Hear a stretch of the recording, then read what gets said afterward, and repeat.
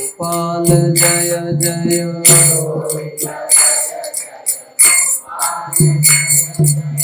राधा रमण हरि गोविंद जय जय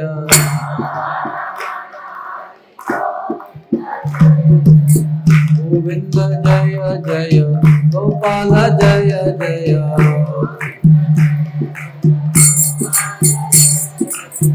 राधा रमण हरि गोविंद जय जय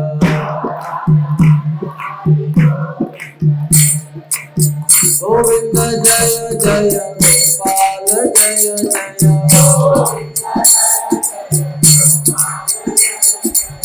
राधा रमण हरि गोविंद जय जय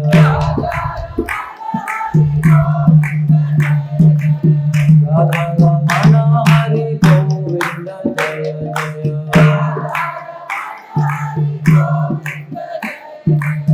गोविंद जय जय गोपाल जय जय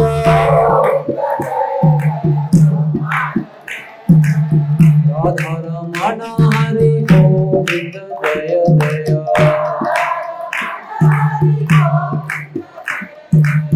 गोविंद जय जय गोपाल जय जय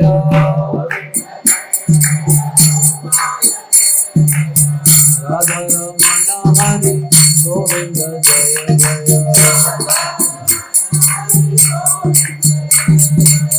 राधा रमण हरि गोविंद जय जय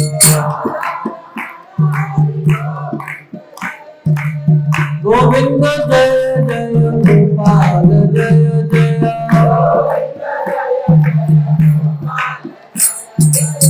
राधा रमण हरि गोविंद जय जय हरे कृष्ण कृष्ण कृष्ण हरे हरे हरे राम राम राम हरे हरे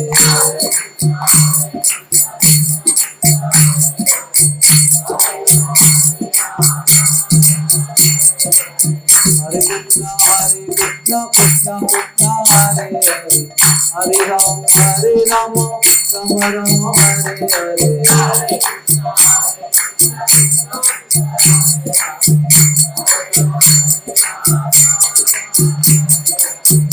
जय प्रभुपादा जय प्रभुपादा प्रभुपादा जय प्रभुपादा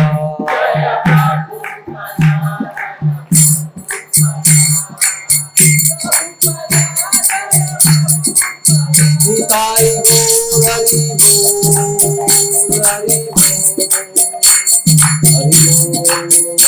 हरि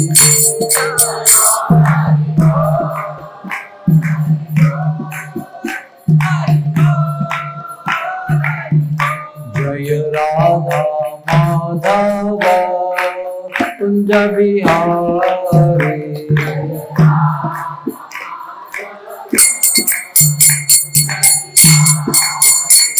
जय राधा माधव कुंज बिहारी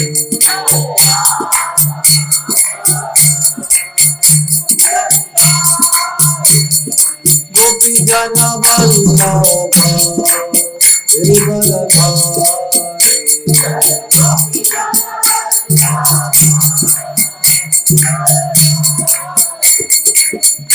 जन वल्लभ गिरिवरधारी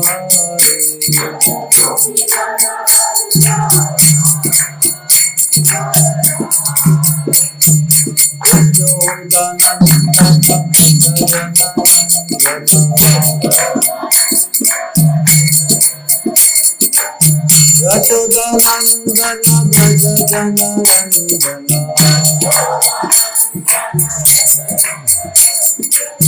यमुना तीरावनचारी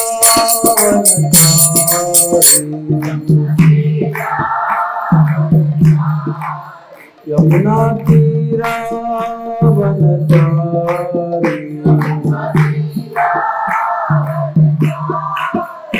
जय राधा माधव कुंज बिहारी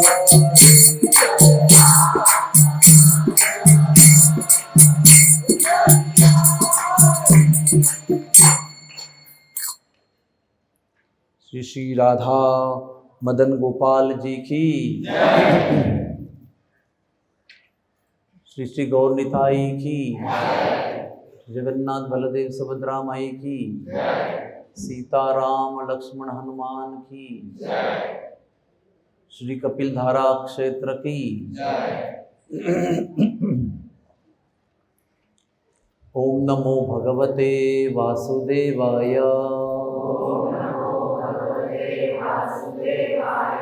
ओम नमो भगवते वासुदेवाय। ओम नमो भगवते वासुदेवाय। हरे कृष्णा कृष्णा कृष्णा हरे हरे, हरे रामा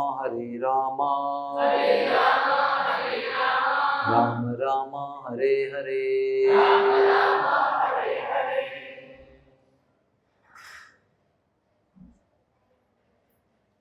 हरे कृष्णा। तो आज के हम ये दूसरे स्थान पर आए हैं। इस स्थान का नाम है कपिल धारा तीर्थ। क्या नाम है? कपिल धारा। हरे कृष्णा। जब हम किसी शहर के स्थान में जाते हैं तो क्या क्या मिलता है हमको? बहुत शोर मिलता है, कोलाहल मिलता है, बहुत लोगों की भीड़ है, लोग अलग अलग कुछ काम करते रहते हैं। तो वो जो आध्यात्मिकता की आवश्यकता हम सब लोगों को है, वो हमें नहीं मिलती। जैसे हमारे आत्मा के लिए कवरेज नहीं मिलता है, नो रेंज फॉर आत्मा। तो ये जो स्थान है, जैसे हम लोग टाकेत गए थे, अभी हम लोग कपिल धारा में आए हैं, इन स्थानों में वो आध्यात्मिक कवरेज है जो आत्मा के लिए बहुत अनुकूल है। आज तो फिर भी इतवार है, अधिक मास का आखिरी रविवार है, तो थोड़ी बहुत भीड़ है, लेकिन अन्य समय पर हम आएंगे, यहाँ पर बिल्कुल शांति रहती है, केवल आप ही आप रहते हैं, बस सारा क्षेत्र आपका, चारों तरफ पहाड़ है, बहुत सुंदर, और चारों तरफ भगवान की लीलाओं का जो स्मरण है वो यहाँ पर है। बहुत सुंदर तालाब, बहुत सुंदर पर्वत, हरियाली, बहुत आध्यात्मिक वृक्ष। ये वातावरण पहले सब जगह हुआ करता था, यहाँ तक कि अयोध्या शहर के बीच में भी ये वातावरण हुआ। पूरा भारतवर्ष दिव्यता से भरा हुआ था। अभी धीरे धीरे वो राजा भी चले गए जो भक्त थे भगवान के, तो ब्राह्मण भी चले गए जो भगवान के भक्त थे। तो सारी जो आध्यात्मिक दिव्य वर्णाश्रम व्यवस्था है वो सब नष्ट हो गई। इसलिए आजकल मंदिरों में भ्रष्टाचार पाया जाता है। मंदिरों के व्यवहार में, मंदिरों की जगह पर, मंदिरों के स्थान में चोरी और नियमों का उल्लंघन सब प्राप्त होता है। तो ऐसे स्थिति में हम सब लोगों को भगवान की भक्ति में प्रगति करनी है। अभी तो घोर कलयुग शुरू होना बाकी है, अभी तो टाइम है उसके लिए, और घोर कलयुग की हम कल्पना भी नहीं कर सकते। लेकिन आध्यात्मिक जीवन के लिए प्रतिकूल वातावरण सब जगह निर्माण हो गया है, और सब जगह हमें मंदिरों में भी ऐसी प्रवृत्ति निर्माण होती है कि पैसा बना लो, व्यवहार करो, व्यापार करो, मंदिरों में आकर भी इंद्रियों का भोग करो। सब जगह उसी प्रकार की एक प्रकार की प्रेरणा प्राप्त होती है। इसीलिए प्रभुपाद जी ने बनाया वाला जो आंदोलन है, हरे कृष्ण आंदोलन, महत्वपूर्ण है, क्योंकि हरे कृष्ण आंदोलन में किसी भी मंदिर में जाएंगे तो फिर वो आत्मा के अनुकूल कवरेज आपको प्राप्त हो जाएगी। यहाँ तक नहीं, भारत में नहीं, या नासिक जैसे तीर्थ में नहीं, विदेशों में भी जाएंगे आप तो शहर के पूर्ण तमोगुणी रजोगुणी वातावरण के बीच में एक हरे कृष्ण मंदिर होगा। लॉस एंजलिस, लगुना बीच,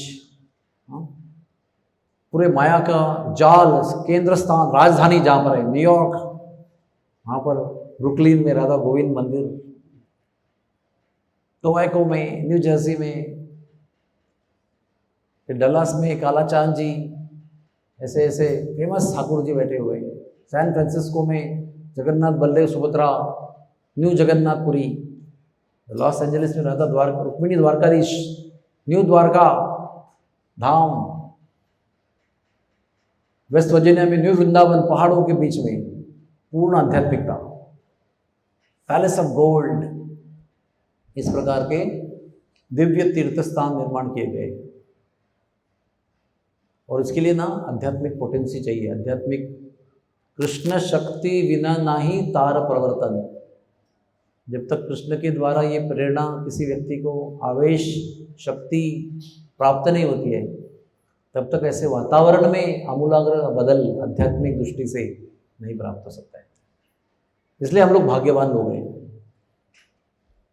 हमारा समुदाय जब जहाँ पहुँचता है तो वो जगह आध्यात्मिक नहीं है तो भी आध्यात्मिक हो जाती है।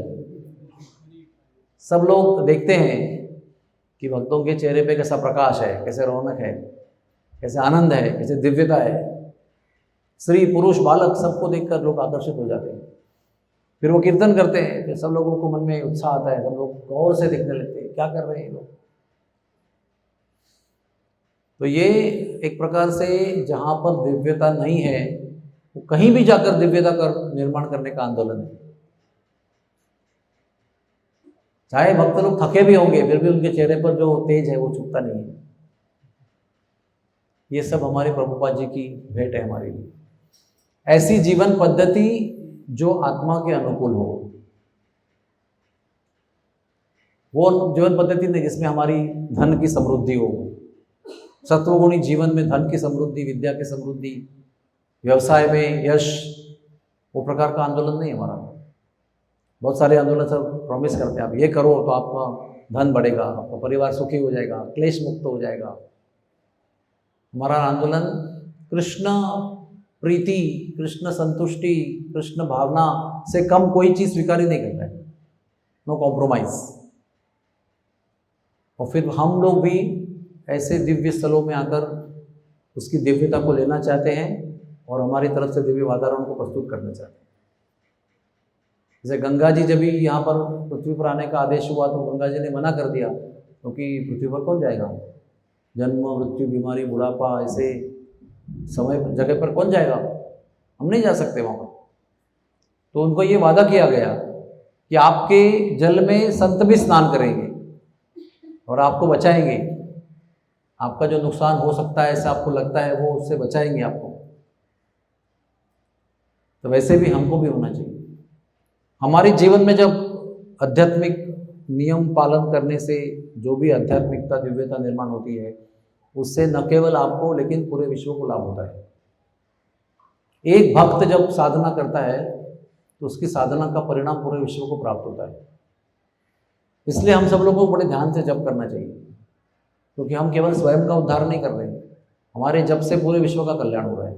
हमारे जप से ऐसी आध्यात्मिक ऊर्जा निर्माण हो रही है जो अवकाश में चिरंतन काल तक निर्माण होकर रहने वाली है। और उस जगह पर जो भी आएगा उसको उस आध्यात्मिक चेतना का लाभ होगा, वो प्रेरित होगा, अंदर से उसको आध्यात्मिक प्रेरणा मिलेगी। रथ यात्रा के बारे में भी ऐसा कहा गया है। आप में से कितने लोग न्यूयॉर्क गए हैं? कोई गया न्यूयॉर्क? हाँ, उधर 55 स्ट्रीट है, 55 रास्ते हैं जहाँ पर रथ यात्रा चलती है। चारों तरफ बड़ी बड़ी बिल्डिंगें हैं और एक शुरू होता है तो 55 रास्ते पार नाके पार करके रथ यात्रा समाप्त होती है।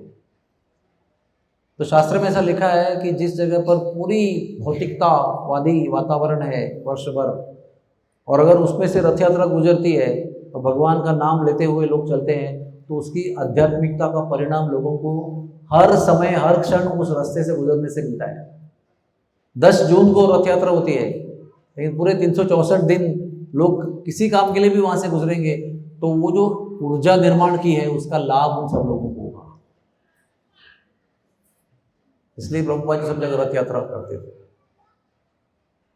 तो आइए, आपके सामने कपिल धारा तीर्थ प्रस्तुत है। यहाँ पर बहुत सारी लीलाएं हुई है। तो सबसे पहले लीला जो हमारे पहले वाले कथा से संबंधित है वो आपको बताएंगे। प्रभु रामचंद्र जंगल में मारीच के पीछे गए हैं, फिर लक्ष्मण भी चले गए हैं, फिर रावण ने सीता का हरण किया है। उसके बाद प्रभु रामचंद्र विलाप करना शुरू करते हैं।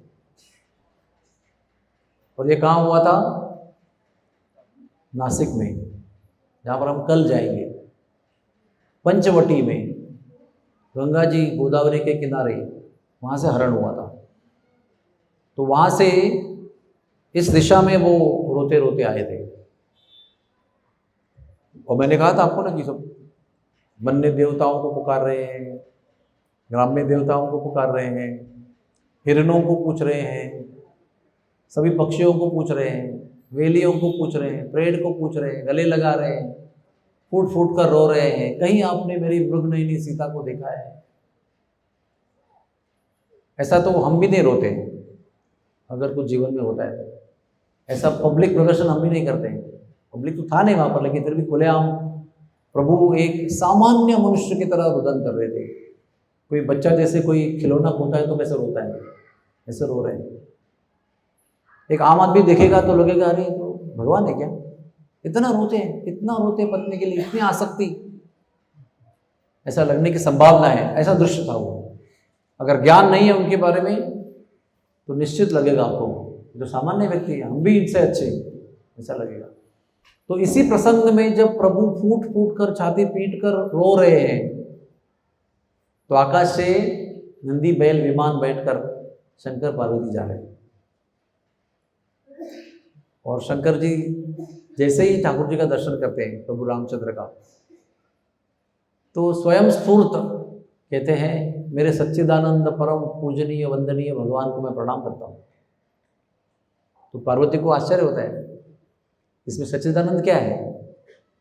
आनंद तो है ही नहीं, पूरा दुख ही दुख भरा हुआ है।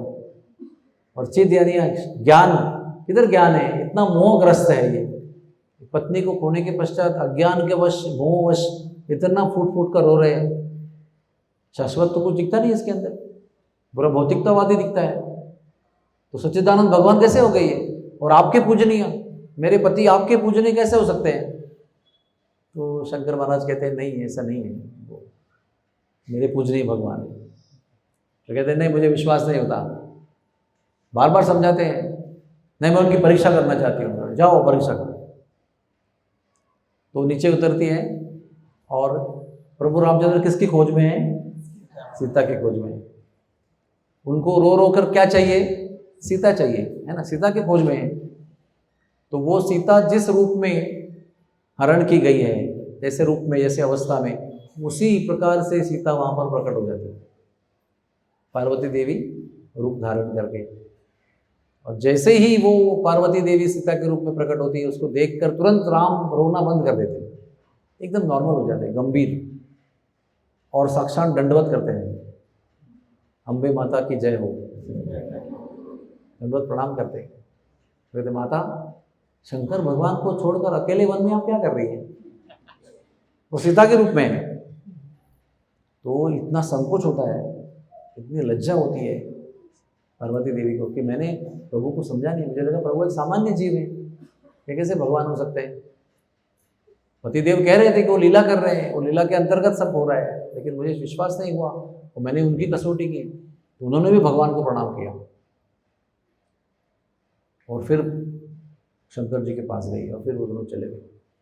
उसके बाद में एक विशेष घटना होती है जो ब्रज के आचार्य बताते हैं। वो ये है कि तब जाकर प्रभु रामचंद्र के विषय में पार्वती देवी को बहुत जिज्ञासा उत्पन्न हुई, ये है कौन ये रामचंद्र, ये सुनना चाहती हूँ उनके बारे में। तो शंकर भगवान ने पूरी रामलीला का वर्णन पार्वती देवी को किया है। और पार्वती देवी प्रभु रामचंद्र के विषय में संपूर्ण लीला का श्रवण करने के बाद में शंकर भगवान ने उनको अपने गोद में बिठाना आरंभ किया है। जो भी कथाएं हम सुनते हैं, बहुत बार मूर्तियां भी ऐसी होती है, फोटो भी ऐसा होता है कि शंकर जी के गोद में पार्वती जी बैठी है। कहते हैं शंकर जी के गोद में बैठने लायक पार्वती तब हुई जब श्रद्धा से पार्वती देवी ने प्रभु रामचंद्र की लीलाओं का श्रवण किया। तो कथा के श्रवण के बिना आध्यात्मिक योग्यता नहीं प्राप्त होती। ये बात पार्वती तक सच है, और पार्वती भी अगर श्रवण किए बिना लीला का दर्शन भी करती है तो वो मोहित हो जाती है। पार्वती देवी भी अगर प्रभु का दर्शन करती है और उन्हें लीला श्रवण का शक्ति उनके पास नहीं है, वो बैकग्राउंड नहीं है, वो पार्श्वभूमि नहीं है, तो वो भी भ्रमित हो सकती है। ब्रह्मा भी ऐसे भ्रमित हो गए थे, इसलिए उन्होंने बछड़े चुराए, परीक्षा किया भगवान। कई उदाहरण है शास्त्र में ऐसे। सुखदेव जी जो है, जिन्होंने भागवत सुनाया है, उनको, वो तो राधा रानी और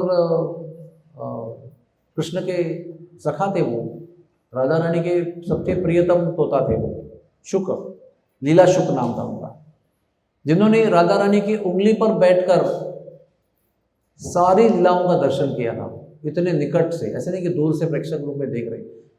राधा रानी की उंगली पे खड़े हैं और जो भी नोक झोंक हो रही है, जो प्रेम का आदान प्रदान हो रहा है, सब वो इधर बैठ के देख रहे हैं। ऐसा व्यक्ति, इससे बड़ा भाग्यवान कौन हो सकता है? लेकिन जब प्रभु ने अपनी लीला को समाप्त किया और वो दिव्य धाम, गोलोक धाम जाने लगे, तो लीला शुक को भी जाना था, लेकिन प्रभु ने कहा नहीं, आपको पीछे रहना है। तो क्या काम है? आपको हमारी लीलाओं का गुणगान करना है सबके लिए। तो उस समय लीला शुक ने जो उत्तर दिया है वो बहुत ही विचार करने लायक है। अभी आप क्या कहेंगे? इन्होंने तो लीलाओं को दिन रात देखा है, 24 आवर्स, हर दिन लीला के बीच में ही वो डूबे हुए थे, तो तुरंत लीला कहने के योग्य है कि नहीं? कि आपको तो आंखों देखा हाल बताना है। लेकिन लीला शुक उस समय कहते हैं कि आपकी लीलाओं का वर्णन करना है तो किसी सिद्ध भक्त के मुख से मुझे सुनना पड़ेगा। केवल आपके लीलाओं के बीच में रहकर देखने से मेरी कहने की योग्यता नहीं बनती है। तो सेवा दी है कहने की, तो उसके लिए योग्य बनना है। तो नम्रता कैसी है कि मैं भगवान का पार्षद हूँ तो मुझे सुनने की जरूरत क्या है? ये अहंकार नहीं है, बोले हमको सुनना है।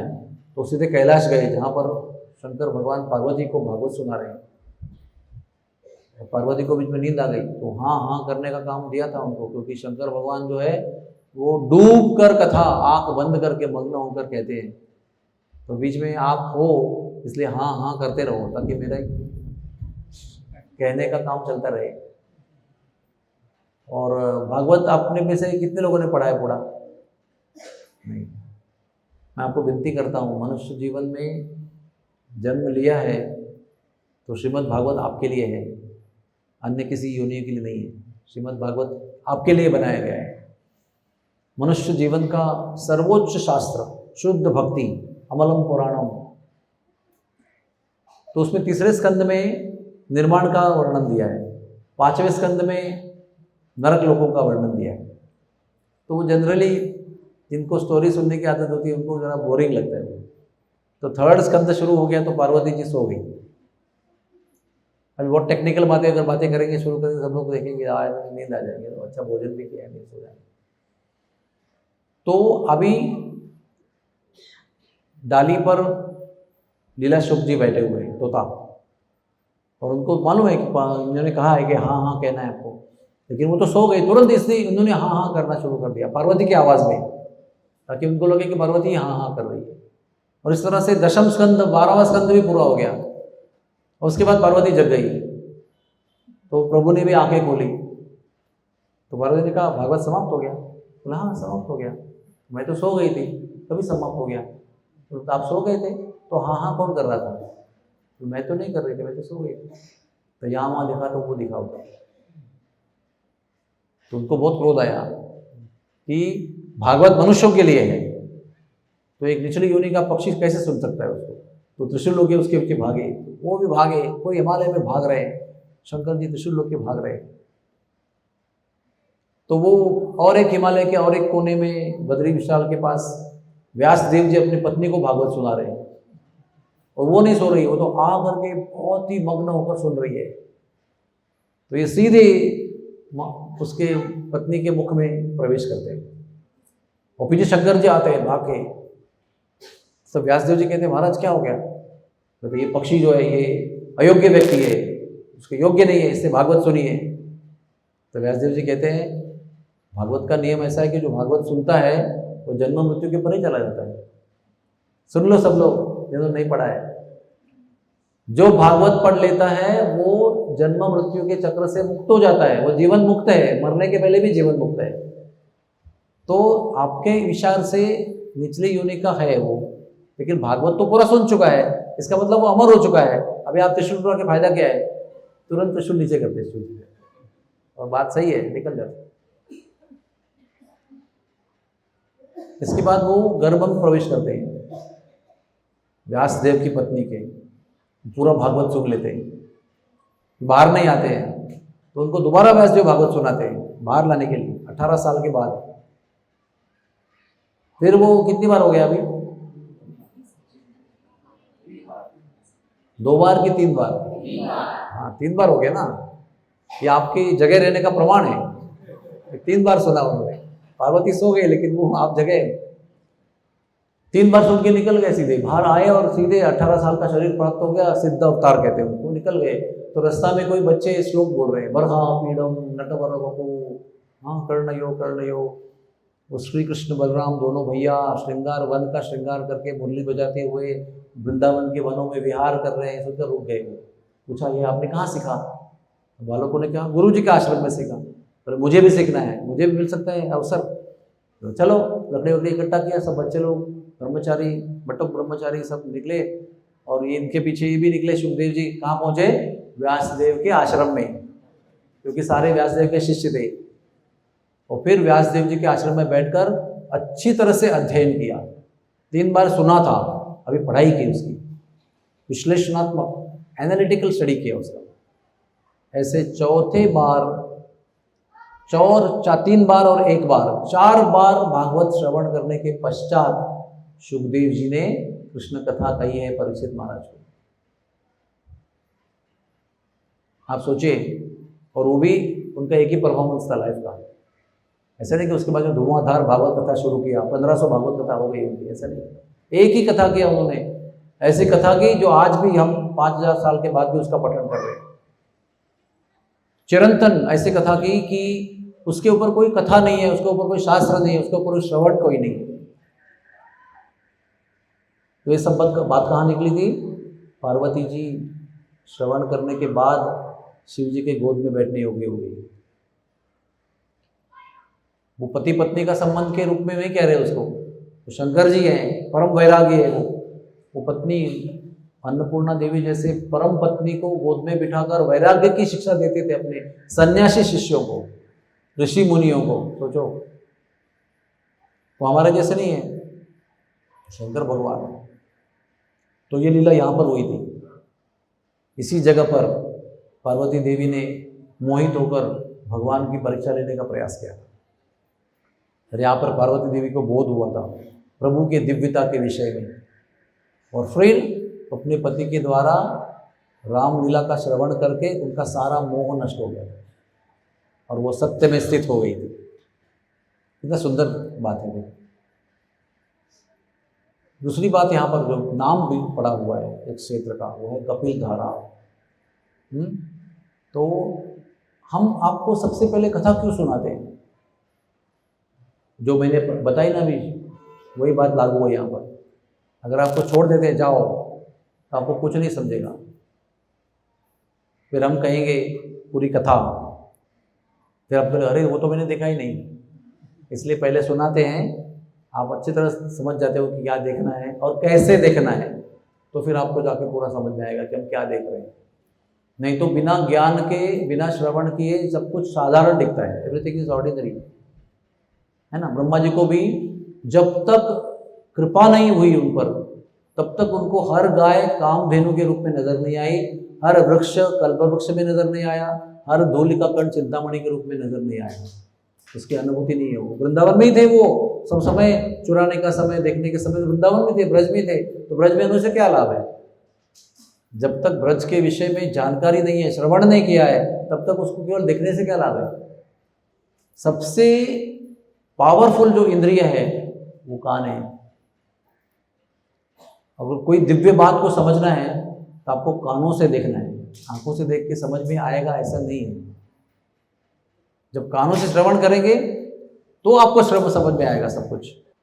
भगवान कपिल देव, ये देवाहुति और कर्दम मुनि के पुत्र है। देवाहुति स्वयं वो मनु, सबसे पहले मनु, श्राद्ध देव मनु उनका नाम है। और स्वयं भू यानी स्वयं भू ब्रह्मा जी के पुत्र स्वयं भूव मनु, सबसे पहले मनु, 14 मनु में से इतने बड़े राजा थे, चक्रवर्ती सम्राट, जिन्होंने वशिष्ठ मुनि को नीचे लाया, अयोध्या को नीचे लाया, जिन्होंने रंगनाथ जी को नीचे लाया और भव्य दिव्य राज्य सब स्थापन किया अयोध्या के रूप में और एक स्टैंडर्ड स्थापन किया। उनकी कन्या है देवावती। वो इतनी सुंदर थी कि वो जब अपने महल के छत में गेंद, फूलों की गेंद से खेलती थी तो उसका सौंदर्य देखने के लिए देवता लोग अपने विमान से स्वर्गलोक से आते थे और मंडराते थे ऐसे उसकी छत के ऊपर। और कुछ कुछ लोग उसका सौंदर्य देखकर काम वासना में वश होकर उनके हवाई जहाज से गिर जाते थे, इतनी सुंदर थी वो। पृथ्वी पर होते हुए भी उसका सौंदर्य स्वर्ग के देवताओं को नहीं भी आकर्षित था। ऊपर से मनु की कन्या, ब्रह्मा जी की पोती, क्या पोजीशन था उसका। और सर्वगुण संपन्न, सर्व संस्कार संपन्न, सब आचरण से संपन्न, सुंदरता तो थी, पूरे संस्कार से वो सुंदर थी। जब उसका विवाह का प्रसंग हुआ तो कहाँ ले गए उसको? जंगल में जो करदम मुनि तप कर रहे हैं उनके पास ले गए।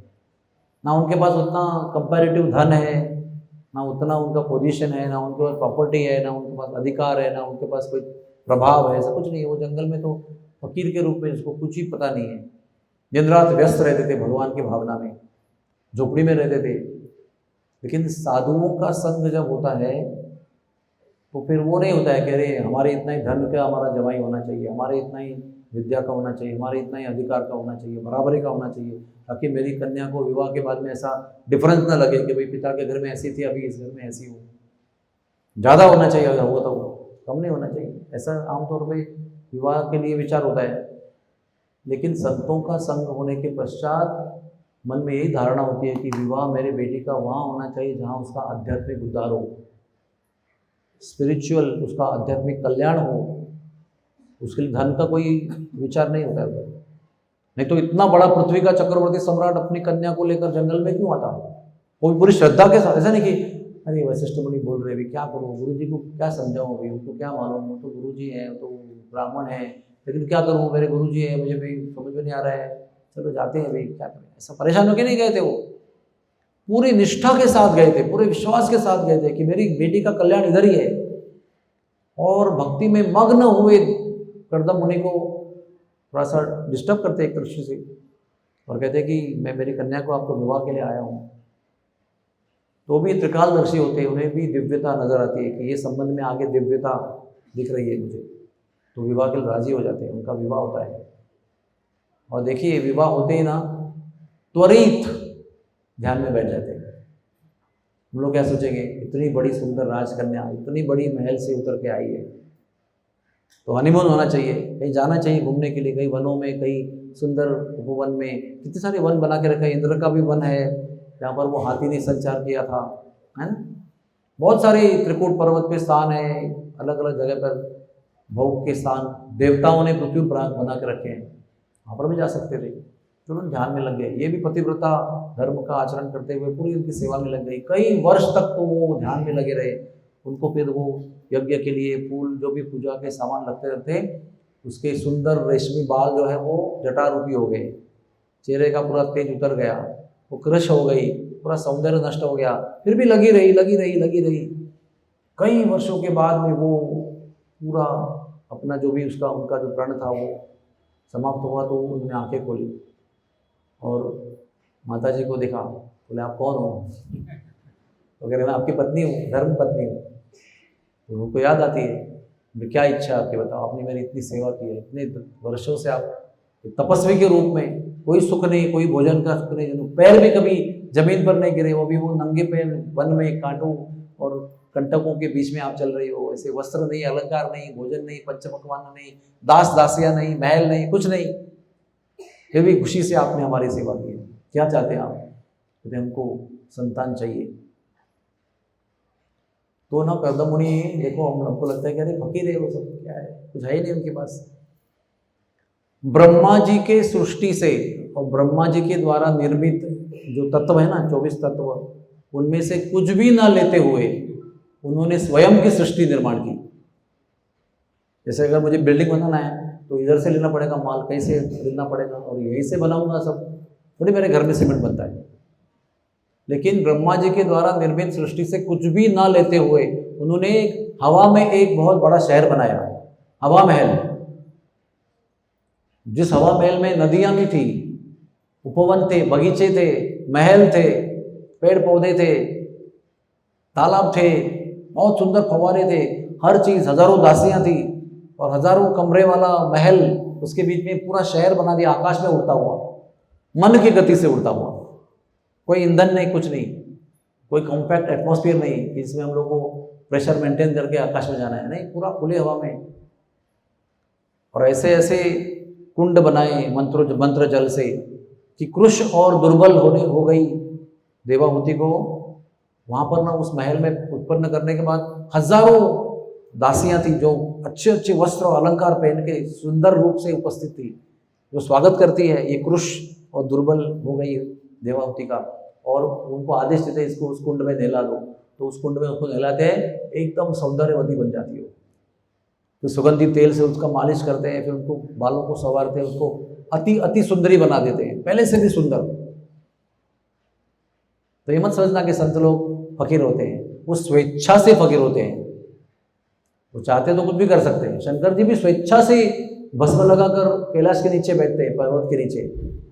लेकिन एक बार उन्होंने भी बहुत बड़ा महल बनाया था और पार्वती ने गृह प्रवेश भी करवाया था। फिर क्या हुआ पता है? फिर वो दान देने को बैठे उस गृह प्रवेश एक आया महान व्यक्ति, उसने वो महल ही मांग लिया उनसे दक्षिणा में, तो उसको दे दिया और फिर जाके कैलाश के पर्वत के नीचे बैठ गए, कैलाश के पेड़ के नीचे बैठ गए। क्योंकि वो वृत्ति से वैरागी है, धन से वैरागी, वो धन से गरीब नहीं है, जो चाहे निर्माण कर सकते हैं, लेकिन वृत्ति इनकी वैरागी है भगवान के प्रेम में। तो इन्होंने सब कुछ बनाया, उसको सौंदर्यवती बनाया, और उनके देवताओं के 100 वर्ष तक उन्होंने देवाहुति के साथ में गृहस्थ आश्रम का आनंद लिया। कुछ कमी नहीं है और प्रकृति के किसी के ऊपर निर्भर भी नहीं है, ऐसे एक जीवन उन्होंने 100 वर्ष तक अनुभव किया। और एक दिन अपने पत्नी के साथ संबंध किया, उसमें 9 कन्याओं का जन्म हुआ। आजकल मैं देखता हूँ एक डॉक्टर के रूप में, एक काउंसलर के रूप में, कि बच्चे होना कितना डिफिकल्ट है आज। कितना सारा टेस्ट करते हैं, कितना सारा दवाई लेते हैं, कितना सारा ट्रायल करते हैं, लाखों रुपया खर्च करते हैं, इतनी चिंता, इतनी एंग्जाइटी का अनुभव करते हैं, फिर भी बालक नहीं होता। और हो जाता है तो 3 महीने में प्रेगनेंसी समाप्त होती है, या जन्म होते बालक की मृत्यु हो जाती है, फिर ट्राई करते हैं। फिर ऐसे बालक को जन्म देना ये आज के ज़माने में बहुत पीड़ादायक विषय है, बहुत पीड़ादायक। और फिर जब तक नहीं होता है तब तक वो परेशान रहते हैं, वो अपना प्रैक्टिस नहीं कर सकती है, अपने काम नहीं कर सकती है, घर में ध्यान लगता नहीं है, हमेशा पति परेशान, पत्नी परेशान, कांस्टेंट रोना धोना, मन की इतनी ऊर्जा वेस्ट हो जाती है। और यहाँ पर देखिए ऊर्ध्वरेता ब्रह्मचारी करदम मुनि एक संबंध में 9 कन्याओं को जन्म देते थे। वैसे नहीं कि एक अपाहिज, एक ऐसे, सब परफेक्टली सुंदरियाँ जन्म देती है। और ये उनकी इच्छा पूर्ण करते पूर्व बस जंगल में जाने लगते हैं। तो देवाहुति कहते हैं महाराज इनका विवाह कौन करेगा, है ना? अभी कन्याओं को जन्म दिया तो विवाह भी होना चाहिए, उनके लिए अच्छा वर भी ढूंढना है, वो सब कार्य कौन करेगा, हम जा रहे हैं। तो उसमें एक संत लोग बहुत अच्छा परपोट देते हैं इस बात पर। जो गृहस्थ, ध्यान से सुनिए, हम सब लोग गृहस्थ हैं यहाँ पर, कोई सन्यासी है क्या इसमें? सब गृहस्थी है हम लोग। जो गृहस्थ अपने जीवन का केंद्र स्थान सर्वस्व कृष्ण को बना देता है और कृष्ण के लिए अपना तन मन धन लुका देता है, उसमें ही लग जाता है ध्यानपूर्वक, उस व्यक्ति का सारा कर्तव्य भगवान पूरा करते हैं। भगवान उसकी जिम्मेदारी लेते हैं क्षेम कुशल का।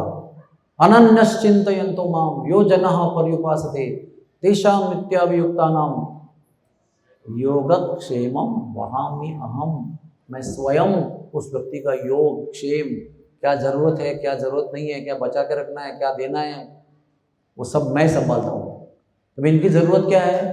वो कृष्ण रत भक्त हैं, पूरे कृष्ण में रति प्राप्त है उनको, और किसी में रुचि नहीं है, मन तन सब चेतना उसमें लगी हुई है। उसी समय ब्रह्मा जी 9 गिने चुने चुने हुए ऋषियों को लेकर वहां पैदा होते हैं, वहां पर प्रकट हो जाते हैं। 9 कन्याओं के अनुरूप 9 ऋषियों को लेकर आते हैं और 9 ऋषियों के साथ में 9 कन्याओं का विवाह अपने खर्चे से लगा देते हैं। ऐसा नहीं कि भाई कर्दम मुनि भाग रहे यहाँ से वहाँ रहे, भोजन की व्यवस्था करने, हॉल की व्यवस्था करने, पुरोहित कौन है, सारी व्यवस्था ब्रह्मा जी करते थे। और यथारूप और यथोचित, यथोशक्ति, यथोचित रूप से उन 9 कन्याओं का विवाह होता है।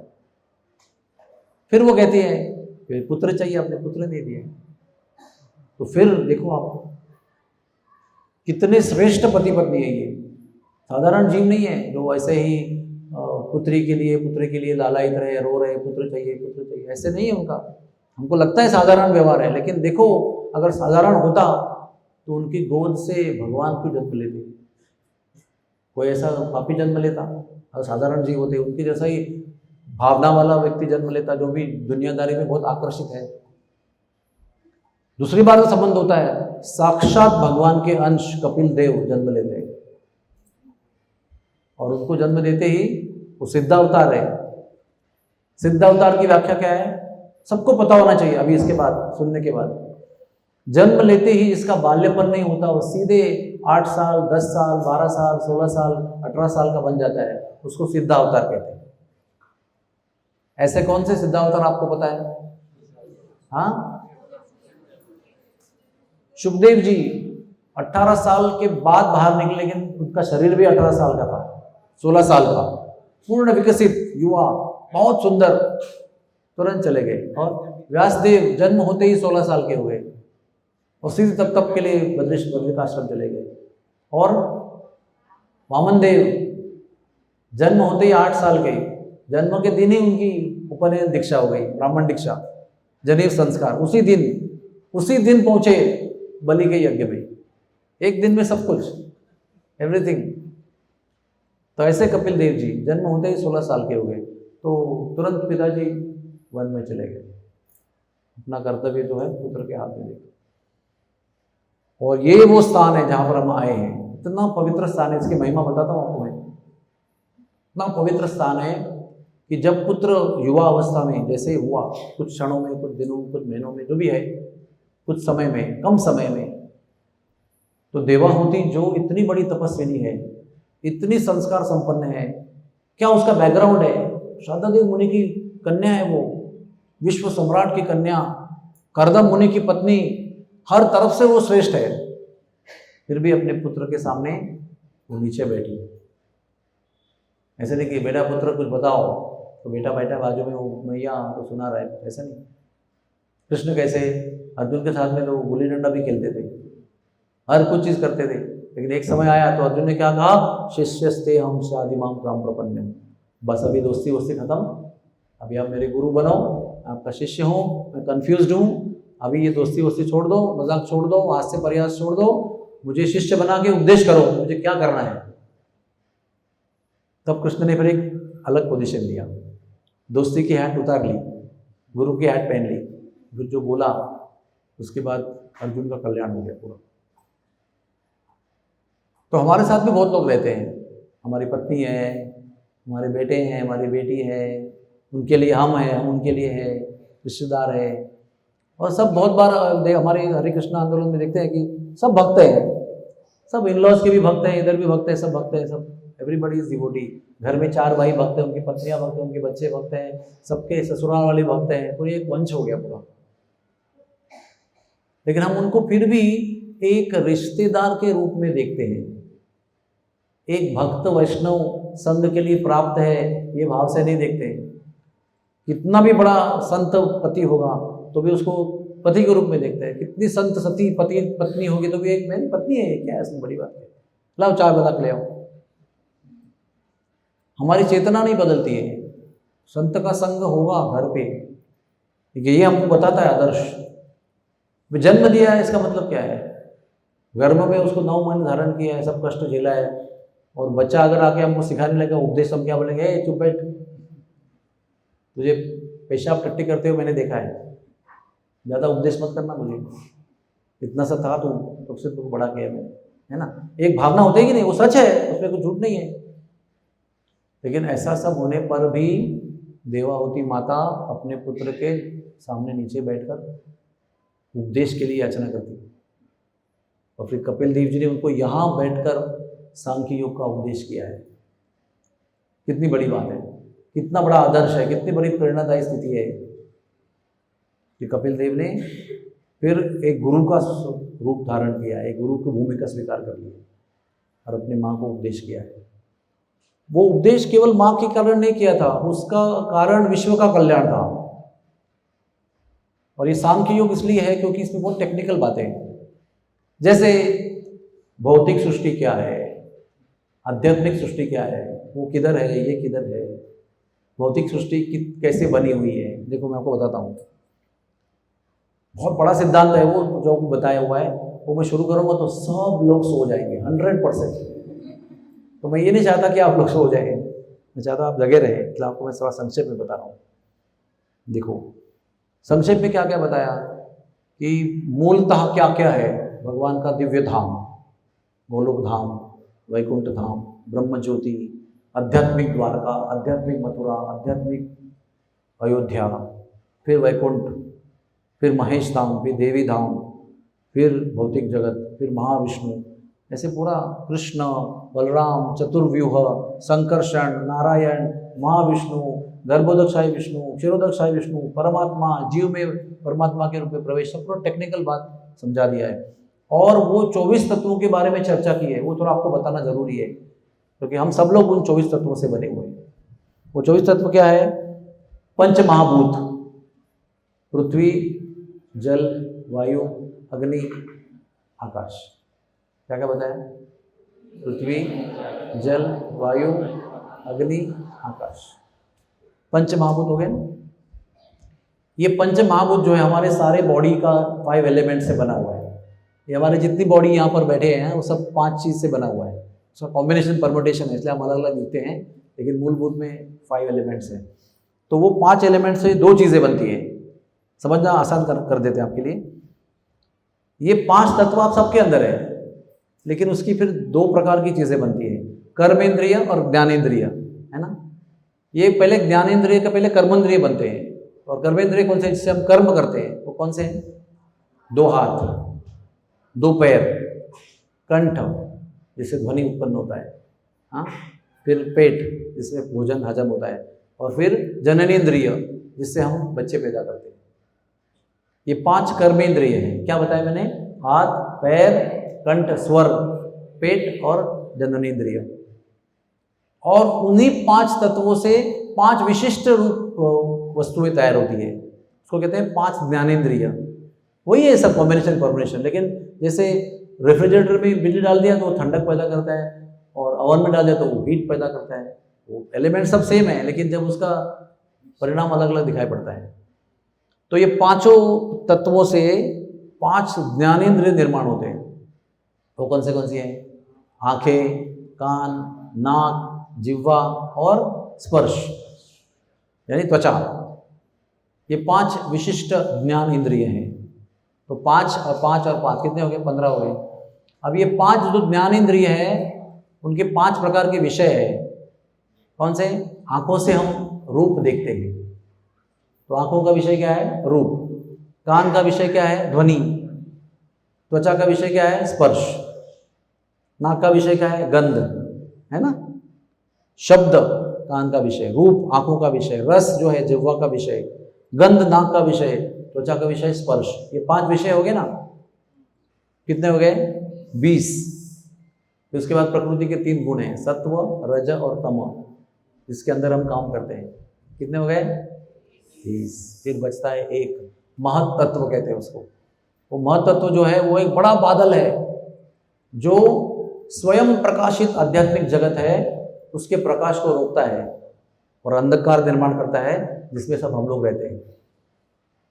वो प्रकाशमय जो विश्व है उसको, उसके प्रकाश को एक बड़ा बादल जो है, विशाल बादल, उसको रोक के उसके नीचे अंधकार निर्माण करता है, और उसके नीचे भौतिक सृष्टि निर्माण होती है, जिसमें महाविष्णु सबका नियंत्रण करते हैं। तो ये सब जो है, इसको 24 तत्व हैं ये। इसमें से कोई भी तत्व कर्दम मुनि ने लिया नहीं था, उसके बिना अपनी सृष्टि बनाई अलग से। ये ब्रह्मा की सृष्टि है, जो विष्णु के द्वारा प्रेरित है, जो कृष्ण के द्वारा नियंत्रित है। ये एक्चुअल नॉलेज है, इस टेक्निकल नॉलेज जिस विश्व में हम रहते हैं। और ये सांख्य योग इसको कहते हैं, इसके द्वारा हमारा आत्मा का कल्याण कैसे करना है ये भी उन्होंने बताया है। ऐसा नहीं कि नॉलेज देके छोड़ दिया। सांख्य योग भी भगवान को प्राप्ति करने का एक मार्ग है, थोड़ा सा इनडायरेक्ट मार्ग है लेकिन है जरूर मार्ग। और ये जो कपिल देव मुनि ने सांख्य योग समझाया है, ये शुद्ध सांख्य योग है। इसमें कोई भौतिकता नहीं है, कैसे धन कमाएं, कैसे सुंदर पत्नी प्राप्त करें, कैसे अधिकार प्राप्त करें, कैसे यश प्राप्त करें, इस प्रकार का नॉलेज इसमें नहीं दिया है। भगवान के कैसे प्राप्ति करें, भगवान सब इसमें कहां पर है, टेक्निकली समझने के बाद। जैसे हमको समझता नहीं है कि यहाँ से रॉकेट कैसे चंद्र पे जा रहा है, वी डोंट अंडरस्टैंड। लेकिन कुछ लोग हैं उनको सब पता है कि कैसे कैसे कहाँ जाता है, वो उड़ता कैसे और कैसे कंट्रोल करते हैं, उसको सब पता है, पूरा टेक्नोलॉजी है। तो नॉलेज की बात है, कुछ नई चमत्कारिक बात नहीं है। नॉलेज होगा तो आपके लिए कुछ भी नहीं है। जैसे आप हमारे पास डॉक्टर के पास आएंगे, आप हमको एग्जामिन करके बताएंगे आपको ये रोग है, अरे हमको किससे मालूम पड़ा, भाई साइंस है, कुछ जादू नहीं है। आप भी पढ़ो, आपकी भी समझ में आएगा, आपको एक्सपीरियंस करेंगे तो ये सारा ज्ञान सुनकर देवाहुति धन्य हो गई, परिपूर्ण हो गई, उसका जीवन का उद्देश्य सफल हो गया। इतने समय तक जो भी तपस्या की, सेवा की, वैष्णव सेवा की, उसका फल उसको प्राप्त हुआ कि उसका पुत्र भगवान पुत्र के रूप में जन्म लिया और उसको ऐसा दिव्य उपदेश सुनाया। आज भी श्रीमद् भागवत में उपदेश चिरंतन है, शाश्वत है। क्या कहें आपको, ये जो उपदेश देवाहुति को कर्दम मुनि ने, कपिल देव ने किया है, सांख्य योग कहते हैं उसको, वो उपदेश तीसरे स्कंद में आता है। और ये उपदेश अगर कोई गंगा सागर इस क्षेत्र में सुनता है, गंगा सागर किधर है, वेस्ट बंगाल में, जहां गंगा जाकर सागर को मिलती है, वो जो जगह है उसको गंगा सागर कहते हैं। कोई भी नदी जब सागर को मिलती है तो वो जगह बड़ी पवित्र हो जाती है। वो पानी आधा मीठा आधा खारा ऐसे मिक्स हो जाता है। जैसे गोमती द्वारका में है, वो भी खारे समुद्र से मिक्स हो जाता है उसके। लेकिन वो जगह नदी के जीवन में, नदी के प्रवाह में, नदी के स्थिति में सबसे अधिक पावरफुल जो पापों को धोने की शक्ति है वो उस जगह होती है। वही तो गंगा नदी है, गंगा जी सागर को जहाँ मिलते हैं उसको गंगा सागर कहते हैं। वो गंगा जी का जो शक्ति है हमको शुद्ध करने की, वो सबसे श्रेष्ठ रूप में वहाँ प्रकट है हमारे लिए। उस जगह पर अगर हम कपिल देव के आख्यान को सुनते हैं, सांख्य योग का उपदेश सुनते हैं, तो कहते हैं आमतौर पर जब व्यक्ति जीवन में परिपूर्ण होता है तो उसको वैकुंठ से विमान आता है लेके जाने के लिए। हाँ, साधारण तौर पर जब आप भगवान की भक्ति में परिपूर्ण होते हो तो अगर आपकी योग्यता भगवान के धाम में जाने के लिए होती है तो भगवान के धाम से आपके लिए विमान आता है, दिव्य विमान। उसमें 4 विष्णु दूत रहते हैं, तो विष्णु के जैसे दिखते हैं लेकिन विष्णु नहीं होते हैं, लेकिन उतने ही सौंदर्यवान, शक्तिवान और धन शंख चक्र पद्म गदा लेकर आते हैं और आपको भौतिक शरीर से निकालकर दिव्य शरीर प्राप्त कराकर उसमें प्रवेश स्वागत करते हैं और आपका गुणगान करते हुए पूरी यात्रा करते हैं वैकुंठ तक। अजामिल का भी पढ़ा ना आपने, वही विमान आया था, कई लोगों के लिए विमान आता है। लेकिन गंगा सागर में अगर आप सांख्य योग कपिल देव का उपदेश, कपिल देव का आख्यान का श्रवण करते हैं तो ये 4 लोगों का विमान नहीं आएगा, स्वयं गरुड़ पे बैठकर कृष्ण आएंगे और आपको लेके जाएंगे। उसका श्लोक है, ये अभी बाय हार्ट नहीं है। वो श्लोक कहता है कि साक्षात गरुड़ पर आरूढ़ होकर स्वयं जो भगवान का ध्वज कौन सा है, वो नंदी ध्वज, भगवान का ध्वज गरुड़ ध्वज, उस ध्वज के धारण करके विमान लेकर भगवान स्वयं आएंगे, उस व्यक्ति को लेके जाएंगे। इतना ये सांख्य योग भगवान को प्रिय है।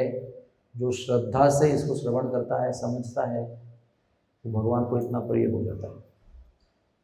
तो ये स्थान का भी क्या महात्म्य है। इस स्थान में अगर आप देखो, मैं पूरी कथा आदि पूर्ण करता हूँ। जब ये कथा सुनकर देवाहुति परिपूर्ण हो गई तो उसका नदी में रूपांतर हुआ, वो एक दिव्य नदी बनी। क्या नाम था नदी का? कपिला नदी, जिसका उगम यहाँ पर गौमुख से हो रहा है। आज भी आप जाके देखेंगे आपको पता नहीं चलेगा पानी कहाँ से आ रहा है, नोबडी कैन अंडरस्टैंड। निरंतर पानी बह रहा है, ना उस निरंतर पानी बहने से तालाब ओवरफ्लो हो रहा है और ना वो पानी बंद हो गया है या किस समय पे आता है, सीजनल है, ऐसा नहीं है। अखंड गऊ के मुख से पानी निकल रहा है, क्योंकि देवावती स्वयं नदी रूप बनी, यानी अपनी सिद्ध अवस्था को प्राप्त हो गई। यही कपिला नदी यहाँ से जाती है जमीन के अंदर से और आगे प्रकट होती है और गोदावरी को मिलती है तपोवन में। यहाँ पर गोदा कपिला संगम स्थान है, यहाँ पर हम कल जाएंगे दर्शन करने के लिए। तो इस जगह पर जहाँ पर कपिला नदी के रूप में देवावती रूपांतरित हुई है, उस जगह पर कोई अगर आचमन करता है या स्नान करता है तो उसको गंगा सागर में स्नान करने का भाग्य प्राप्त होता है, तो शास्त्र में लिखा है। और हमने तो यहाँ बैठकर संक्षिप्त सांख्य योग तो सुन ही लिया है ना, तो आगे आपके हाथ में वीजा तो दे दिया आपको, टिकट आपको निकलना है ना। सबको प्रभुपाद जी ने वीजा दिया है, लेकिन टिकट निकाल के जाना आपका काम है। सबको जैसे जैसे आपको दीक्षा और महामंत्र प्राप्त हुआ है, सबको गोलोक का वीजा प्राप्त है, लेकिन सब लोग नहीं पहुंच पा रहे। कोई टिकट ही नहीं निकाल रहा है, कोई प्लानिंग नहीं कर रहा है। आपको वीजा मिलकर कबड़ में रखा है आपने, कोई सोचा ही नहीं जाना है उसके लिए, तो कैसे पहुंचेंगे। इसी प्रकार से इस तीर्थ पर स्नान करने से गंगा सागर पे स्नान करने का पुण्य प्राप्त होता है। इस स्थान में कपिल देव ने अपनी माता को सांख्य शास्त्र का उपदेश किया, इसलिए इस स्थान को मातृ गया के रूप में जाना जाता है। यहाँ पर अपने माँ का नाम लेकर अगर वो चली गई है, तो अगर आप यहाँ पर अपने दिवंगत माँ का नाम लेकर अगर जलांजलि देते हैं, यानी वो अर्घ्य करते हैं ना, अर्पण से जल लेकर उसको अर्पण करते हैं, उसको जलांजलि कहते हैं। बाहर से जल लेना नहीं, आपको जल वहीं से लेना है, लेकिन भावना आपकी व्यक्त करके उसमें वापस छोड़ना है। तो वैसा करने से मातृ ऋण से व्यक्ति मुक्त हो जाता है। हम जब जन्म लेते हैं ना, तो हमारे ऊपर ऑटोमेटिक कई ऋण आ जाते हैं। बताइए कौन से ऋण आते हैं। एक देव ऋण है, क्योंकि देव हमको देखो हवा दे रहे हैं, प्रकाश दे रहे हैं, वर्षा दे रहे हैं, भूमि हमको भोजन दे रही है, क्या क्या हमारे पास, हमारा जीवन कितना निर्भर है उनके ऊपर। वो देवताओं की कृपा के बिना आपका जीवन नहीं चल सकता है।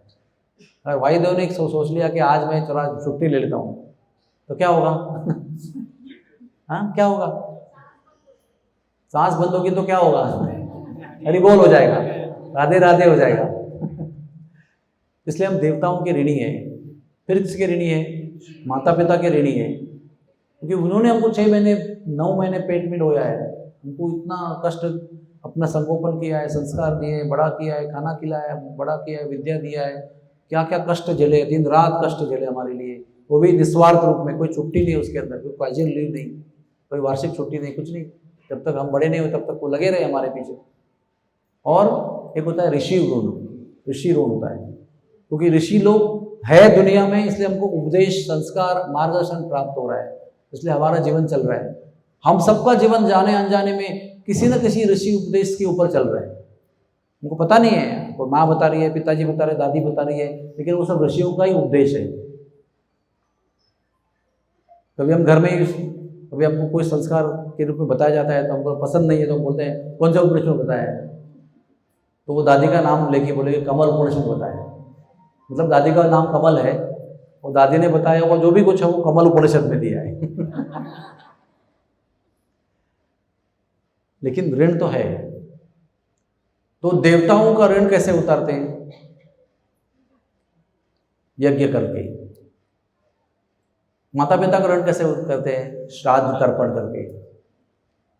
और ऋषियों का ऋण कैसे उतारते हैं, शास्त्र का अध्ययन करके। लेकिन इनके ऋणों को मुक्त किए बिना हम मुक्त नहीं हो सकते, ये ध्यान में रखिए। तो उसमें से मातृ ऋण जो है वो पितृ ऋण से भी ज़्यादा पावरफुल है। तो माता जो कष्ट लेती है अपने पुत्र के लिए या पुत्री के लिए, जन्म देकर बड़ा करने के लिए, उसका हम ऋण कभी भी जुदा नहीं कर सकते, चुका नहीं सकते। एक व्यक्ति था, मुझे हमारे समाज कुटुंब में बहुत सीनियर थे, वो 80-90 साल के थे, मैं उनको मिलने गया था। वो अपने पिताजी का श्राद्ध के लिए मुझे बुलाए थे उस समय। तो मैंने कहा कि अभी आप 90 साल के हो गए, आपके पिताजी जाकर 60 साल हो गए, तो कब तक करना ये आपके लिए, ऐसा आपका विचार है। उन्होंने कहा कि अंतिम जीवन के क्षण तक करना है, और वो अंतिम क्षण तक ये पिताजी का श्राद्ध करने के पश्चात भी मेरा कर्तव्य पूरा हुआ, ये समझना गलत है। जन्म जन्मांतर तक भी करेंगे तो एक जन्म के माता पिता का ऋण चुकता नहीं है, इतना ऋण है वो, है ना। ये 100 किलो की शक्कर की बोरी लाके रखेंगे और एक चीटी को बोलेंगे इसको शिफ्ट करो यहाँ से वहाँ, तो एक एक दाना शिफ्ट करेगी, कितना जन्म करेगी वो। ऐसा कंपैरिजन हम कर सकते हैं, इतना ऋण है वो, तो हम कभी सोच नहीं सकते कि ऋण हो जाएंगे उससे। लेकिन जब भगवान का भजन करेंगे, भगवान के नाम में अपने आप को समर्पित करेंगे, तो अपने आप इन तीनों ऋणों से हम मुक्त हो जाएंगे। लेकिन जो तीनों ऋणों से मुक्त होने की योग्य हो गया है, वो अपने आप को उस योग्य समझता नहीं है। देखो, आप किसी भी व्यक्ति को मिलो जो एकदम परिपूर्ण हो चुका है, वो कहेगा कि अभी तो मैं परफेक्ट हो गया हूँ, मुझे किसी की जरूरत नहीं, क्योंकि उस स्थिति का लक्षण है नम्रता। वो कहेगा मैं तो पतित हूँ, तो उस भावना से वो करते रहेगा। तो जो पतित है वास्तव में, उसको भी करना चाहिए, और जो अपने आप को नम्रता से पतित समझता है वो भी करते रहेगा। समझ में आपको आया? एक बार मैं वृंदावन में, मेरे परिचित ब्रजवासी हैं, उनकी वो माता जी थी, वो बहुत मैं जानता हूँ, बड़ी शुद्ध भक्त थी, वो पूरा जीवन चरित्र देखा है मैंने। तो उसका देहांत हो गया, उसका पुत्र भी सन्यासी है, फिर भी उसके पुत्र ने अपनी माता का श्राद्ध किया। तो मैंने उनके गुरु जी को पूछा कि महाराज जी, ये भी संत हैं जो गुजर गई है, ये उनका पुत्र जो है वो भी संत है, तो इनको श्राद्ध वाद करने की जरूरत क्या है? तो सीधे गोलोक पहुंच जाएंगे, क्योंकि उन्होंने चर्चा में कहा है, तो सीधे गोलोक चली गई है, तो फिर श्राद्ध क्यों कर रहे हैं? तो तुरंत उन्होंने भगवदगीता का 3.20 श्लोक उद्धरण किया, 3.20 to 25 सब बताया श्लोक। मुझे बताया कि जो परिपूर्ण व्यक्ति है उनको इसकी आवश्यकता नहीं है, लेकिन वो परिपूर्ण व्यक्ति के जो अनुयायी है उनके सामने आदर्श रखने के लिए फिर भी वो करते रहते हैं, जरूरत नहीं होने पर भी करते रहते हैं। अगर पंडित जी ने अगर माता का श्राद्ध नहीं किया, सारे अनुयायी क्या बोलेंगे? हमको भी नहीं जरूरत है, हमारे गुरु जी नहीं करते, हम भी नहीं करेंगे। तो जन संग्रह के लिए, लोक संग्रह के लिए, परिपूर्ण होने पर भी, आवश्यकता न होने पर भी कुछ कर्तव्य शुद्ध भक्त जो है वो करते रहते हैं, ताकि उनके अनुयायी उनका आदर्श पालन करके अपनी स्थिति में वो कर्तव्य निभाते रहेंगे। और आजकल की फैशन क्या है? कोई माता पिता का श्राद्ध नहीं करता है, कोई नहीं करता है आजकल। भक्त लोगों में जागृति हो रही है, अभी कर रहे हैं, लेकिन हम लोग भी पहले सोचते थे हरे कृष्णा में आ गए क्या माता पिता, देवर्षि नृणाम तृप्ताम, वो श्लोक बोल लेते हैं। अरे वो किसके लिए है श्लोक? जो पूर्णतः भगवान को शरणागत हो चुके हैं, उनके ऊपर देव ऋषि माता का कोई ऋण नहीं होता है। लेकिन हम कहाँ, हमें तो बीच में है, रास्ते में हम लोग 10 कदम भी नहीं चले, बहुत दूर, तो मंजिल दूर है बहुत, और तुरंत हम लोग इसके मुक्त हो गए ऐसा मानना शुरू करते हैं। गलत बात है। वो उनके लिए है जिनका सर्वधर्मम परित्याज्यम मामेकम शरणम व्रज, वो स्थिति को प्राप्त कर चुके हैं, उनके लिए वो श्लोक लागू है। देवर्षि नृणाम, जो वो श्लोक भी पूरा याद नहीं है, लेकिन उसका अर्थ यह है कि जो व्यक्ति भगवान का नाम लेकर भगवान को पूर्णतः शरणागत होता है, उसके ऊपर किसी का ऋण नहीं होता है। जैसे कि देव ऋषि माता पिता राजा का ऋण नहीं होता है। इसलिए हम क्या कहते हैं ना, बेफजूल की क्या कहते हैं, मिसअंडरस्टैंडिंग में रहना नहीं चाहिए कि अरे हम तो हरे कृष्ण मंत्र का जप करते हैं, दीक्षा भी ले चुके हैं, हमें किसी भी ऋण का कोई संबंध नहीं है। नहीं, हमको सब ऋणों का संबंध करना चाहिए, अपने कर्तव्यों का पालन करना चाहिए, और भगवान तय करेंगे कि आप शुद्ध भक्त हो गए हो। हम कभी भी तय नहीं करेंगे हम शुद्ध भक्त हो गए। We will never tell yes अब मैं शुद्ध भक्त हो गया हूँ, अब मुझे कोई किसी की जरूरत नहीं। ये कहने वाला अगर कहता है, इसका ये प्रूफ है कि वो शुद्ध भक्त नहीं है। ठीक है, अभी इसके आगे देखिए, इसी स्थान पर प्रभु रामचंद्र, भगवान शंकर और पार्वती की भेंट हुई थी, मैंने आपको ऑलरेडी बताया। जब लक्ष्मण को इंद्रजीत की शक्ति लगी, हाँ, उसका आघात हुआ तो बेहोश हो गया ना वो, और कुछ समय था उसके लिए। इसके समय के पहले अगर वो जड़ी बूटी नहीं आएगी तो इसका देहांत हो जाएगा। तो कुछ रात और सूर्योदय के बीच का कुछ समय था उसमें, तो हनुमान जी को भेजा गया, तो हनुमान जी गए। बहुत लंबी कहानी है वो। तो संजीवनी का वर्णन किया था। संजीवनी बूटी जो है ना, वो स्वयं प्रकाशित बूटी होती है, जो एक प्रकार के पेड़ में वहाँ पर चमकती रहती है। जैसे हनुमान जी आए और लेने के लिए गए, तो वो पेड़ ने सब जड़ी बूटियाँ छुपा दी। यानी पता नहीं कौन व्यक्ति बंदर आ रहा है बड़ा सा, और वो बिना पूछे तोड़ रहा है। वो तो इमरजेंसी में है, उसका तो कारण सही है, लेकिन उसका परिचय नहीं है, तो क्या किया, पेड़ पर्वत ने जड़ी बूटियों को लुप्त कर दिया। फिर हनुमान जी ने क्या किया, वो पर्वत को ही उठा लिया सीधे, बोले बाद में विचार करेंगे क्या करना है। और जब लेके आ रहे थे तो इस जगह पर कालनेमी राक्षस ने उससे रोका। और आप सोच सकते हैं, आपके पास एक इमरजेंसी है, आप कुछ करने जा रहे हो, आपके लिए समय की बहुत कमी है, बीच में बाधाएं कितनी आ रही है, उसको पार भी करना है, छोड़ के जा सकते नहीं, तो वो छोड़ने वाला नहीं है। तो वो पर्वत लेकर हनुमान जी ने युद्ध किया इस जगह पर। कालनेमी, वो पीछे जो पर्वत है ना, आप देखेंगे इसके सामने मंदिर है ना, उसके पीछे बहुत बड़ा पर्वत है, उस पर्वत पर हनुमान जी ने कालनेमी का वध किया। और फिर यहाँ से संजीवनी लेकर आगे चले गए। तो यहाँ पर हनुमान जी के पराक्रम का भी स्थान है, इसलिए इसका नाम पड़ा है कावनई। कावनई कहते हैं उसको, लोकल लैंग्वेज में अगर बोर्ड लिखेंगे ना तो कावनई लिखा है। तो वो कालनेमी नाम का अपभ्रंश है। इसके आगे एक रोचक कहानी बताता हूँ जो इस जगह से संबंधित नहीं है, लेकिन हनुमान जी के संजीवनी लेके जाने के लीला में संबंधित है। तो यहाँ से जब आगे गए हनुमान जी इसको मारकर आगे गए, तो भारत में ही एक जगह पर उतर गए, समझकर कि ये लंका है। इतनी वो जगह जो है ऐश्वर्य संपन्न थी। जब उतरे वहां पर लंका समझकर, तो पता चला कि राक्षस तो कोई है नहीं, यहाँ पर सब मनुष्य है। तो पता चला कि ये तो मुलिका क्षेत्र है, शंभवी नदी के किनारे, जिसको आज मुल्की कहते हैं, मुल्की क्षेत्र, जो हमारा गांव है, मेरा गांव है। उस जगह हनुमान जी उतरे और बहुत प्रसन्न हुए वो उस जगह का वैभव और भक्ति भाव देखकर। और उसी जगह पर रावण भी एक बार उतर गए थे गलती से कि मेरी लंका आ गई, उसी जगह पर। तो रावण ने वहां पर एक शिवलिंग का स्थापना की है, और फिर आगे लंका में चले गए। उसी जगह पर हनुमान जी उतरे और फिर वापस चले गए।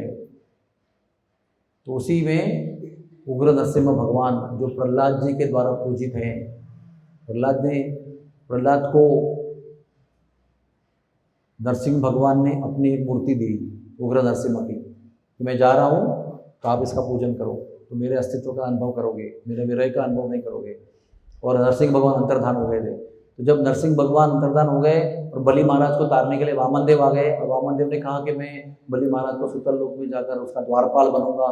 तो वहाँ पर प्रहलाद महाराज जी वो मूर्ति को लेकर देखने के लिए आए थे, अपने पोते की लीला, पोते की महिमा। जब सुना कि मेरे भगवान साक्षात मेरे पोते के दरबार में जाकर द्वारपाल बनने वाले हैं, तो उन्होंने मूर्ति किसी को दे दी और भगवान के साथ सुतल लोक में चले गए। वही जो मूर्ति है वो घूमते घूमते घूमते घूमते मुलिका क्षेत्र में आ गई। प्रहलाद के द्वारा पूजित वो मूर्ति मुलिका क्षेत्र में है, इसका नाम है मुल्की। उडुपी और मैंगलोर के बीच में है वो, 25 किलोमीटर फ्रॉम ईच साइड। तो मुझे याद आया वो कहानी, से मैंने आपको बताया। कालनेमी को मारने की वजह से इसका नाम कावनई पड़ा। इसी क्षेत्र में संत ज्ञानेश्वर ने मृत ब्राह्मण को यही जल, मृत ब्राह्मण के पुत्र को इसी जल को देकर जीवंत किया इसी स्थान पर। और स्वामी समर्थ रामदास, आप जानते हैं ना, रामदास जी बड़े महाराष्ट्र के बड़े पावरफुल संत हो गए। जनरली संत मतलब क्या सोचते हैं हम लोग, लेचा पेचा आदमी, गरीब, ऐसा नम्र, जो सबका मार खाता है, सबकी गाली खाता है, कोने में बैठता है। लेकिन रामदास महाराज ने, संत रामदास स्वामी महाराज ने सबको शरीर की वर्जिश करने का उपदेश किया, सब जगह पर हनुमान के मंदिर को स्थापन करने का उपदेश किया, सब लोगों को वीर बनने का उपदेश किया, डरपोक स्वभाव छोड़कर धर्म की रक्षा के लिए लड़ने को भी तैयार होना चाहिए, वक्त पड़े तो ब्राह्मण को भी शस्त्र उठाना चाहिए। इस प्रकार का जो विचारधारा है वो समर्थ रामदास स्वामी ने। समर्था चिया वक्र पाहे ऐसा सर्वभूमंडली कोण आहे। समर्थ यानी प्रभु का जो सेवक है, उसके प्रति किसी को टेढ़ी नजर से देखने की हिम्मत नहीं होनी चाहिए, ऐसा उनकी विचारधारा थी, जो एक प्रकार अनोखा हौसला और आत्मविश्वास निर्माण करता है। तो शिवाजी महाराज को यही स्थान पर समर्थ रामदास जी ने उपदेश किया था। क्या उपदेश किया था? कि सनातन धर्म का रक्षा करने के लिए आपका जन्म हुआ है। क्योंकि बीच में शिवाजी महाराज थोड़े विरक्त हो गए थे, उनको लगा कि ये सब छोड़ के मुझे भजन करना चाहिए। तुकाराम के पास भी गए थे विरक्त होने के लिए। तुकाराम महाराज ने उनको वही कहा कि आप अपने आप को राजा समझते हो क्या? आप राजा नहीं हो, आप हरि के दास हो, आप श्री के दास हो। श्री समर्थ है, वो राजा है, आप उनके दास हो और राजा बनकर उनकी सेवा में करो। तो फिर वो मोह हो गया था उनको। समर्थ रामदास ने भी उनको वही उपदेश दिया है कि जगह जगह पर हनुमान जी का मंदिर स्थापन करो और बल की उपासना करो और सब लोगों को वीर शूर बना दो, प्रत्येक गांव में हनुमान की स्थापना करो। ऐसा उपदेश समर्थ स्वामी रामदास जी ने शिवाजी महाराज को इसी स्थान पर दिया था। हरे कृष्णा कृष्णा कृष्णा हरे हरे, हरे राम राम राम हरे हरे।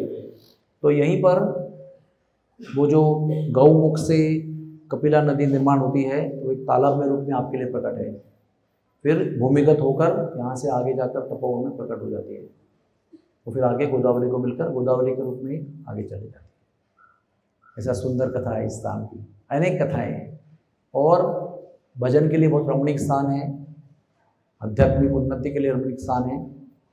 तो सब लोगों को हमारी विनती है कि भाई इसमें स्नान करेंगे। हाँ, तो स्नान के विषय में आपको मैं बताना चाहता हूँ कि हम किसी को फोर्स नहीं करेंगे, आपको स्नान करना ही है।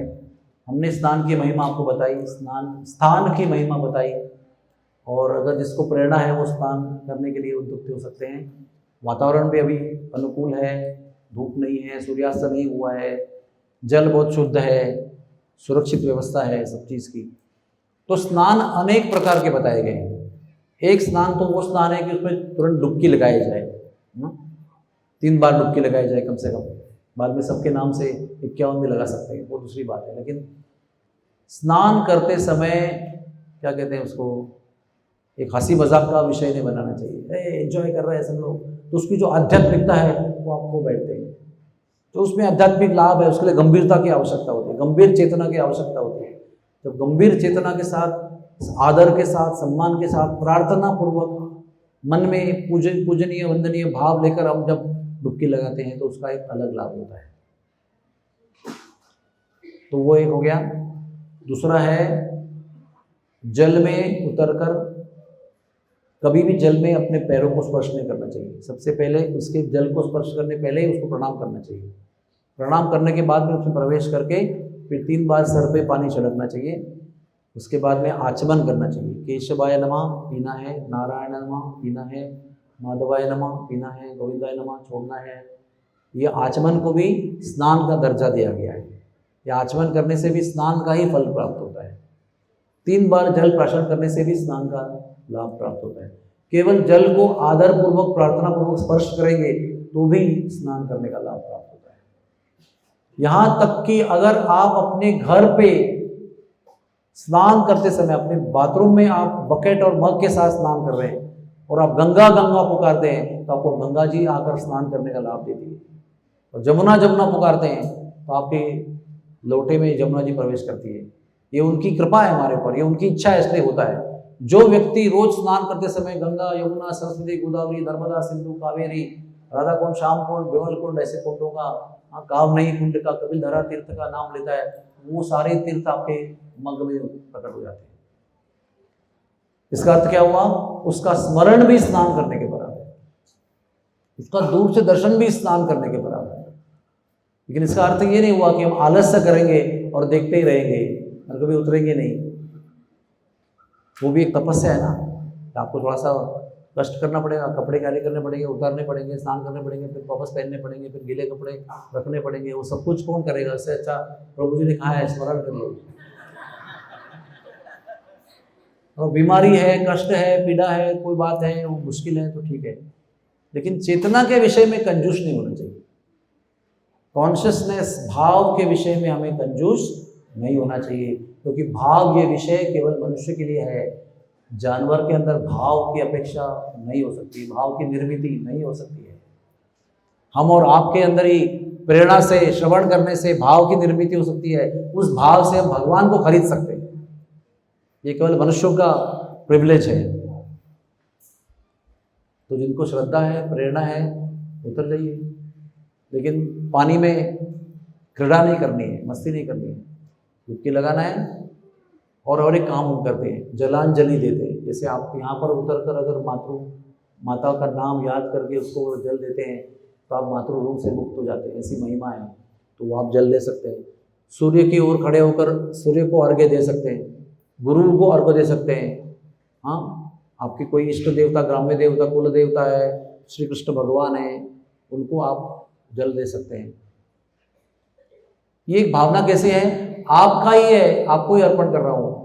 फर्क क्या है, अब तक मैं मेरा समझ रहा था, अभी मैं आपको अर्पण कर रहा हूँ। वैसे वो उनका ही है और कभी आपका नहीं है, हम खाली समझते हैं अभी मेरा है। तो ये जलांजलि का पीछे भाव क्या होता है, आपका ही था, मैं भी समझ रहा हूँ कि आपका ही है, आपको ही अर्पण कर रहा हूँ, कृपया स्वीकार कीजिए, मेरा कुछ भी नहीं है इसके अंदर, मैं भी आपका हूँ, जो दे रहा हूँ वो भी अब आपका ही हूँ। ये भावनाओं को अर्जित करने के लिए ये सब क्रियाएं बताई गई है। वैसे मैं आपको मन से सबको दंडवत प्रणाम कर सकता हूँ, फिर भी झुककर प्रणाम करने की आवश्यकता क्या है, क्योंकि झुककर प्रणाम करना ये मेरे भाव का प्रमाण है कि मैं आपको रिस्पेक्ट करता हूँ। तो सबको मन में करेंगे तो भी आलस्य क्या लक्षण है वो, हाँ भाई सबको मैंने मन में कर लिया, मन में भोजन क्यों नहीं करते, नहीं वो तो आपको फिजिकल चाहिए है ना। तो सब चीज़ मन में नहीं होती है, उसको इंद्रियों के मानव कर्म के रूप में भी करना पड़ता है। और एक हमारी संस्कृति का एक स्वरूप है वो झुककर प्रणाम करना, हाथ जोड़कर वंदन करना, अपने मन के भाव को प्रकट करना। इसलिए मंदिर में दंडवत करने का एक तरीका होता है, मंदिर में आरती करने का एक पद्धति है, कहीं जाने आने में भक्तों के बीच में रहने की एक पद्धति है, कैसे दूसरों को स्वागत करना है, कैसे व्यवहार करना है, कैसे लोगों को घर में स्वागत करना है, हर चीज़ के नियम क्यों होते हैं, क्योंकि इसमें संस्कार प्राप्त होते हैं। तो आइए कपिल धारा तीर्थ में आप सब लोग स्नान कीजिए, अपने जीवन को धन्य कीजिए और आशा कीजिए कि भगवान हमारा स्नान गंगा सागर के स्नान के रूप में स्वीकार करेंगे और अंत में हमारे लिए गरुड़ पर बैठ कर आएंगे। जय जय श्री राधे श्याम।